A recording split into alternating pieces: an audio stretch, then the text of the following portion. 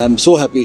काफ़ी लोगों को मैं कौन हूँ, व्हाट आई डू, प्रोफाइलिंग इतना पता नहीं। If you want to see good cinema and you criticize a filmmaker, your criticism should help that filmmaker come out as a better filmmaker. बहुत ही खतरनाक एक्शन है इसमें। अरे पूरा ताबड़तोड़ जबरदस्त मूवी है, बाहर जाना।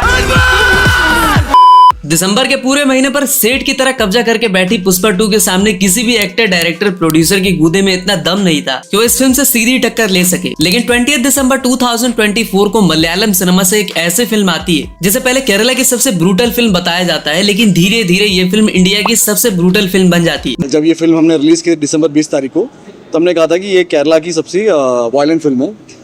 रिलीज के बाद मुझे कहा गया कि इंडिया की सबसे वायलेंट फिल्म है। महज 30 स्क्रीन पर रिलीज होने वाली इस फिल्म को आज 300 स्क्रीन मिल चुके हैं। जवान जैसी फिल्म दे चुके इटली की बेबी जॉन जैसी फिल्म को थिएटर ओनर्स थिएटर से उठा के फेंक दे रहे हैं और उन्नी मुकुंदन की मार्को को लगा रहे हैं, क्योंकि उनका मानना है कि न्यू ईयर में यही वो फिल्म है जो छप्पड़ फाड़ कमाई करके दे सकती है। हॉलिडे सीजन में ये फिल्म उन्हें प्रॉफिट नहीं दे सकेगी, इसलिए वो बेबी जॉन के शोज को मलयालम फिल्म मार्को के हिंदी वर्जन के शो से रिप्लेस कर रहे हैं। उन्नी मुकुंदन जो इस फिल्म के लीड एक्टर एंड को प्रोड्यूसर भी है, उनकी फिल्म मार्को आज मलयालम सिनेमा की हाईएस्ट ग्रॉसर फिल्म बन चुकी है और जल्द ही इस फिल्म को जीसीसी सर्कल यानी गल्फ कंट्रीज में भी रिलीज किया जाना है। लेकिन कौन है उन्नी मुकुंदन जो केरला से होकर भी इतनी अच्छी हिंदी बोलते हैं, और किस फिल्म के लिए उन्हें आरएसएस का एजेंट हिंदू आतंकवादी तक बता दिया गया था और इतनी हेट मिली थी कि आप सोच भी नहीं सकते। और बॉलीवुड के किस सुपरस्टार को डायरेक्ट करना उन्नी का सपना है। मार्को का आइडिया उनके पास कैसे आया, एंड 5 पॉइंट से डिकोड करेंगे the astonishing success of Marco. Well, आप में से भी काफी सारे लोगों ने कहा था कि तूने मार्को पे एक भी वीडियो क्यों नहीं बनाई विद सम गुस्से वाला इमोजीज। तो सबसे पहले जानेंगे कि कौन है उन्नी मुकुंदन। एक असिस्टेंट डायरेक्टर, देन विलन, उसके बाद हीरो, सिंगर, लिरिसिस्ट और आज एक producer. Jack of all trade माने जाने वाली उन्नी मुकुंदन एक मलयाली फैमिली में जरूर पैदा हुए, लेकिन उनकी स्कूलिंग अहमदाबाद गुजरात के प्रगति हायर सेकेंडरी स्कूल से हुई और यही वजह है कि आज उनकी मलयाली जितनी अच्छी है उतनी ही अच्छी हिंदी और गुजराती भी। इसके बाद फिर से he came back to Kerala to pursue English literature and journalism. Unni की माँ चाहती थी कि बेटा इंडियन आर्म फोर्सेस ज्वाइन करे, तो वहीं उन्नी मुकुंदन 17-18 की एज में ही लिटरेचर की तरफ इंक्लाइंड हो गए और उस एज में ही उन्होंने 30-40 पोएम्स और 4 स्क्रिप्ट लिख डाली। उन्नी मुकुंदन को कभी भी एक एक्टर नहीं बल्कि फिल्म मेकर बनना था, इसलिए उन्होंने कुछ मलयाली फिल्मों में एज असिस्टेंट डायरेक्टर का काम भी किया, जिसके बाद जहां इन्हें जैसी अपॉर्चुनिटी मिली वो करते गए, कभी विलन, कभी सिंगर, कभी lyricist and finally a producer. पहली बार मैंने प्रोड्यूस किया था। आई डोंट कम फ्रॉम मैं एक फिल्मी बैकग्राउंड से तो नहीं हूँ, लेकिन I started off as an assistant director.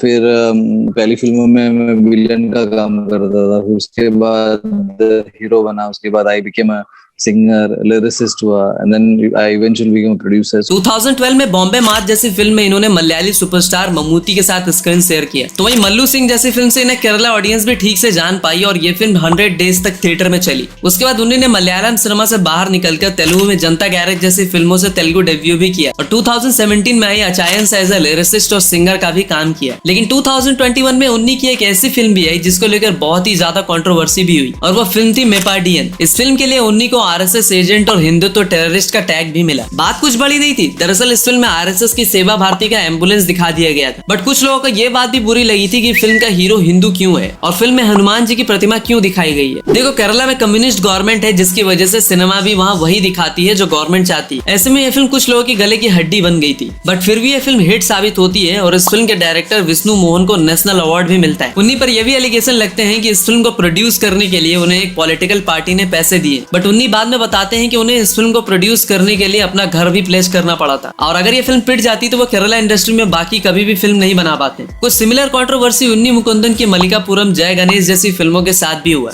उन्नी के कुछ वेल विशर्स ने उन्हें सजेस्ट भी किया कि आप गलत इंडस्ट्री में अपना टैलेंट शो करने की कोशिश कर रहे हैं। देखो, उन्नी मुकुंदन का चाइल्डहुड गुजरात में गुजरा, जिसका इम्पैक्ट उनके लाइफ पर भी काफी ज्यादा हुआ और उन्होंने फिल्मों के मीडियम से अपने कल्चरल रूट्स को हमेशा रिप्रेजेंट करने की कोशिश की और बिना डरे ऑलवेज अपनी बात रखी। फिर चाहे वो कश्मीर फाइल्स को सपोर्ट करना हो या फिर केरला लेजिस्लेटिव असेंबली के स्पीकर एएन शमसीर जिन्होंने गणेश जी का मजाक बनाया था, उन्हें कंडेम करना। अब तक आप अच्छे से समझ चुके होंगे कि उन्नी मुकुंदन कौन है। तो अब बात करते हैं कि मार्को का आइडिया उनके पास कैसे आया और ये फिल्म कैसे बनी and the reason behind the phenomenal success of Marco. 2024 में Manjummel Boys, the goat life, Bramayugam, आवेशन जैसी काफी सारी मूवीज देकर मलयालम सिनेमा ऑलरेडी दिखा चुकी थी कि 30-40 करोड़ में भी वर्ल्ड क्लास सिनेमा कैसे बनाया जा सकता है। लेकिन जहां आवेशम के फहाद फाजिल को भी ऑडियंस कहीं ना कहीं पुष्पा से जानती थी, तो आडू जीवितम के सुकुमारन को भी ऑलरेडी पब्लिक पहचानती थी और पिछले साल आई पैन इंडिया फिल्म सालार में भी वो दिखे थे। लेकिन मार्को के जितने भी कैरेक्टर्स थे हिंदी वर्ल्ड के लिए सारे के सारे बिल्कुल ही नए फेसेस थे। फिर भी हिंदी ऑडियंस का इतना प्यार इन्हें मिला, उसका सबसे बड़ा रीजन था exposure to the international cinema.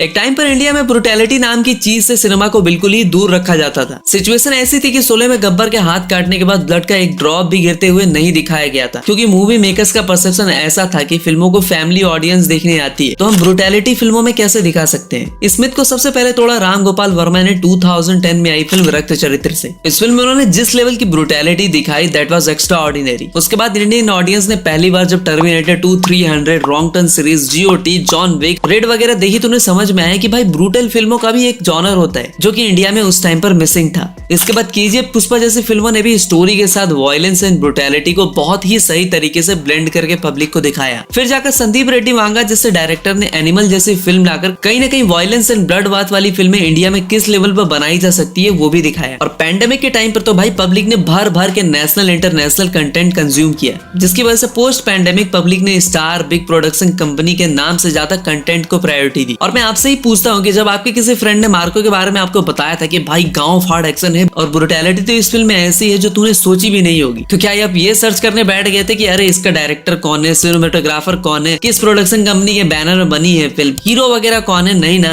आपने झट से टिकट बुक की होगी और जाकर ये फिल्म देख डाली होगी। और अपनी हिंदी ऑडियंस तो मार्को के हीरो तक को नहीं जानती थी, तो बाकी स्टार कास्ट की तो बात ही छोड़ दो। मार्को इज द फिल्म पहली बार मेरी फिल्म है जो हिंदी में डब होके यहाँ पे आई है। लेकिन हफ्ते भर में जब मुझे पता चला कि 300 से ऊपर स्क्रीन पे ये फिल्म आगे चली गई, आई एम सो हैप्पी। काफ़ी लोगों को मैं कौन हूँ, व्हाट आई डू, प्रोफाइलिंग कितना। और कुछ इस तरह ऑडियंस ने हर मूवी को चांस देना स्टार्ट कर दिया है और यही रीजन है कि मार्को जैसी फिल्म आज 30 स्क्रीन से हफ्ते भर में 300 स्क्रीन पर जा चुकी है। लोग ढूंढ ढूंढ कर अपने नियरेस्ट थिएटर में जाकर ये फिल्म देख रहे हैं। और मैं इसी अप्रोच की बात कर रहा था, जहां अब ऑडियंस को थिएटर तक लाने के लिए किसी सुपरस्टार, डायरेक्टर या प्रोड्यूसर की नहीं बल्कि पावर पैक कंटेंट की जरूरत है। और अगले पॉइंट में हम यही जानेंगे कि मार्को ने ऐसा क्या अलग किया जिससे इस फिल्म को इतना तगड़ा रिस्पॉन्स मिला। तो इस फिल्म के कंटेंट पर बात करने से पहले आपको बता दो कि इस फिल्म का आइडिया कैसे आया। तो 2019 में उन्नी मुकुंदन और डायरेक्टर हनी पदीनी की एक फिल्म आती है मिकेल। इस फिल्म में उन्नी के कैरेक्टर का नाम ही मार्को होता है और मजे की बात ये होती है कि ये फिल्म भी गोल्ड स्मगलिंग पर बेस्ड होती है। So this is something that I've done already.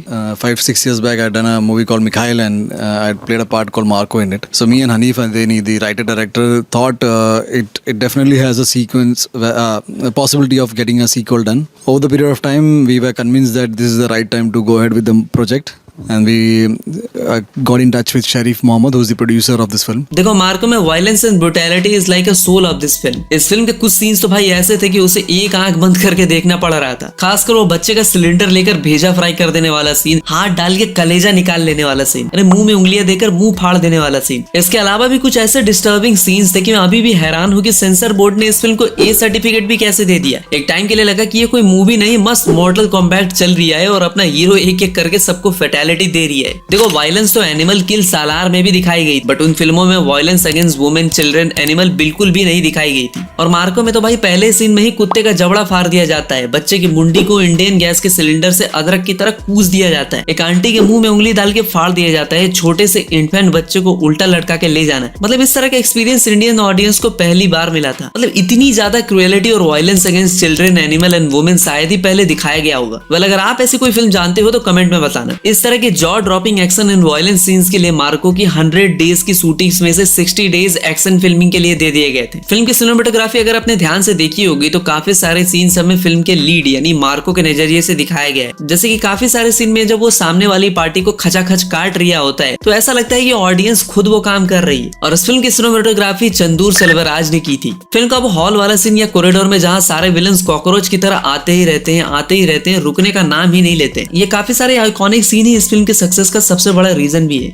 इस फिल्म में मार्को का कैरेक्टर चलो ग्रे कैरेक्टर है, लेकिन इस फिल्म का असली प्रोटैगनिस्ट कैरेक्टर ब्लाइंड विक्टर होता है, जो अपने दोस्त वसीम को बचाने के लिए अपनी जान तक दांव पे लगा देता है। अपना भाई मार्को, जो कि अडॉप्टेड चाइल्ड होता है, फिर भी उसे अपना भाई मानता है, उसे फैमिली के बीच डिफेंड करता है, लेकिन अंत में उसे मर्सीलेसली हाइड्रोफ्लोरिक एसिड में डुबा के मार दिया जाता है। वेल, आपको भी मार्को का म्यूजिक इतना अपीलिंग और कहीं ना कहीं सुना सुना लग रहा था ना, क्योंकि इस फिल्म के बीजीएम को भी उसी इंसान ने कंपोज किया है जिसने केजीएफ एंड सालार में बीजीएम दी थी। अरे मैं रवि बसरूर जी की बात कर रहा हूँ। आपने अगर नोटिस किया इंडिया हो या नहीं, लेकिन एनिमल किल मार्को में वायलेंस एंड खून खच्चर के अलावा एक चीज जो कॉमन होती है वो थी इमोशन एंड फैमिली। और क्यों ये चीज किसी भी वायलेंट फिल्म के लिए सबसे ज्यादा जरूरी है, आइए इस पर भी थोड़ी सी बात करते हैं। देखो एनिमल में हमें दिखाया जाता है कि रणविजय शुरुआत में काफी शांत और आज्ञाकारी बालक होता है, लेकिन जब बात उसकी बहन पे आती है तो वो सीधा शॉर्ट गन लेके उसके कॉलेज चला जाता है। और उसके अपने ही कजिन्स एंड फैमिली से पंगे होने का रीजन भी उसकी फैमिली और उसके लाइफ का सबसे इंपॉर्टेंट इंसान यानी उसके पापा ही होते हैं, जिस पर जब गोली चलती है तब वो अपने असली अवतार में आता है। किल मूवी में भी नोटिस करने वाली बात ये होती है कि फर्स्ट पार्ट में अपने लक्ष्य यानी अमृत राठौड़ के कैरेक्टर में वो लोगों के हाथ पांव तोड़ रहा होता है, लेकिन वो एक मैनियक साइकोपाथ तब बनता है जब उसकी गर्लफ्रेंड को जान से मार दिया जाता है। इसलिए सेकंड हाफ में वो जिस ब्रूटल वे में सबको मारना स्टार्ट करता है वो काफी भयंकर होता है। ऐसे कौन मारता है बे?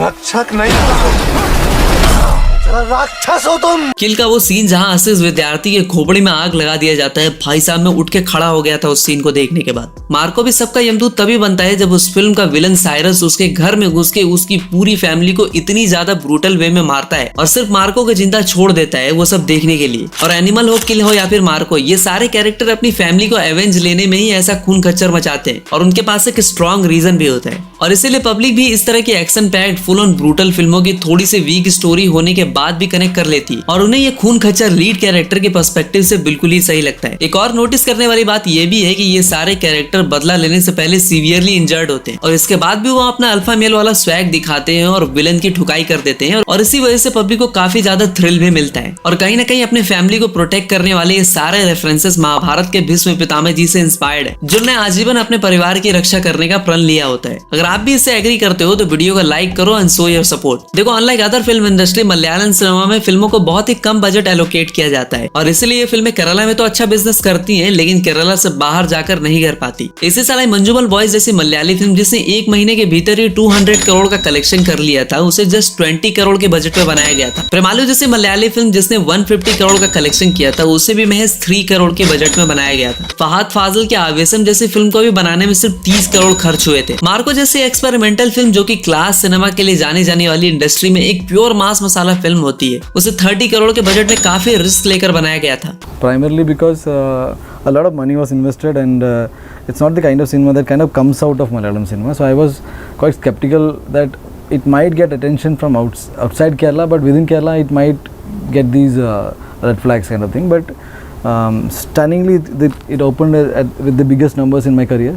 लेकिन इस बजट का पूर्ण इस्तेमाल किया गया था, इसलिए जब बॉक्स ऑफिस के ब्लैक बोर्ड पे इस फिल्म ने नंबर पोस्ट करने स्टार्ट किए तो सब शॉक्ड रह गए। देखो फिल्म में हीरो कितना भी पावरफुल क्यों ना हो, लेकिन मजा तो तभी आता है जब विलन भी हीरो की वाट लगा के रख दे। और रिसेंटली इस सिंघम अगेन ही देख लो, अगर अर्जुन कपूर के बजाय किसी और को लिया गया होता, मेरा मतलब किसी दमदार विलन को, तो और भी ज्यादा मजा आता। मार्को के सक्सेस का सबसे बड़ा रीजन एक स्ट्रॉन्ग विलन भी है। देखो एनिमल हो या किल, दोनों ही फिल्म का जो विलन होता है उन्हें कहीं ना कहीं हीरो पे भारी पड़ता है, लेकिन मार्को के फर्स्ट हाफ में ऐसा लगता है कि भाई इससे ब्रूटल इतना मर्सिलेस इंसान तो हो ही नहीं सकता है। लेकिन सेकंड पार्ट में जब कबीर दुहान सिंह एज विलन की एंट्री होती है, तब हमें पता चलता है कि मौत का नंगा नाच असल में किसे कहते हैं। कबीर दुहान सिंह साइरस के कैरेक्टर में एक ऐसे साइको विलन का कैरेक्टर प्ले करते हैं जिससे 10 मिनट नहीं लगता मार्को के वाट लगाने में। बब्बर सिर मार्को भी साइरस के सामने भीगी बिल्ली बन जाता है। क्लाइमेक्स में भी मार्को मस्कुलर साइरस को दूसरों की तरह आसानी से नहीं मार पाता, वो चालाकी से उसका हेड चॉप कर देता है, वरना मार्को कभी भी फेस ऑफ करके साइरस को मार ही नहीं पाता। और मैं कहूंगा कि इस तरह के स्ट्रॉन्ग विलन से ही तो फिल्म का थ्रिल बढ़ता है, और इस फिल्म में विलन का कैरेक्टर प्ले करने वाले कबीर बुहान सिंह भी इस बात से एग्री करते हैं। एक ऐसे विलन की डिमांड थी कि साथ में खड़े हैं दोनों, तो ऐसे लग रहे 2 टाइगर खड़े हैं, है ना। बाहुबली में राणा दग्गुपति ने जो प्ले किया, तो उस कैरेक्टर की डिमांड थी कि यार प्रभास के ऑपोजिट एक ऐसा बल्लाल देव एक ऐसा कैरेक्टर था कि वो he should face Prabhas sir. और हाँ, कहानी यही खत्म नहीं होने वाली। उन्हीं ने खुद कंफर्म किया था कि अगर मार्को ब्लॉकबस्टर होती है तो इसके काफी सारे सीक्वल्स भी आएंगे। पार्ट 2 भी 3 है 4 will go like a series. अब फिल्म हिट हो गई, हमने जब फिल्म अनाउंस की थी तो मुझे पूछा गया था कि इसका सीरीज बनेगा, मैंने बोला कि अगर पिक्चर हिट हो जाती है तो डेफिनेटली। वैसे आपके अकॉर्डिंग इस फिल्म के सक्सेस का सबसे मेजर रीजन क्या रहा, कमेंट में बताओ। और आज फिर रात के 2:30 बजे तक काम कर रहा हूँ, तो अगर हमारा काम आपको पसंद आता है तो मैं फ्री में सपोर्ट करने के लिए चैनल को सब्सक्राइब करो यार, वीडियो को लाइक मारो। तो मिलते हैं एक और इंटरेस्टिंग वीडियो के साथ, तब तक के लिए हर हर महादेव।